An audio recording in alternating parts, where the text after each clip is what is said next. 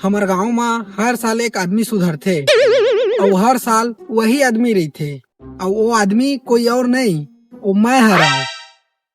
राम राम संगवारी हो। आज बात करथन वो महान इंसान के बारे में जेन हर सोमवार ले अपन नई जिंदगी के शुरुआत करथे। वो हर रविवार रात के अपन नवा जिंदगी बदलथे। रविवार रात के का सोची हो, कल ले चाय बंद, फिर बिहना हो ही सोमवार के आधा कप, मंगलवार के पूरा कप और गुरुवार के आज थके हैं तो 2 कप।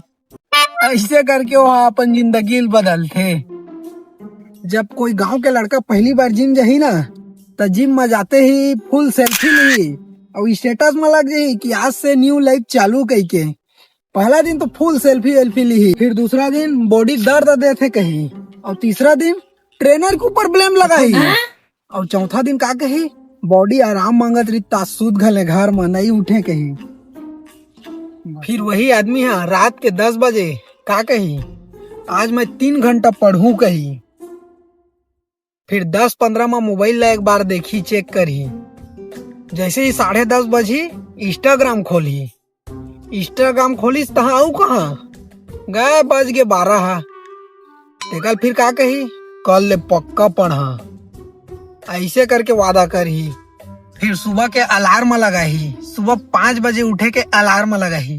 5:01 हो ही अलार्म बजिस, ओकर बाद रुक थोड़ा सा 5 मिनट आऊ कही। तेका साढ़े उसने धीरे धीरे करत 6:30 बज जाते।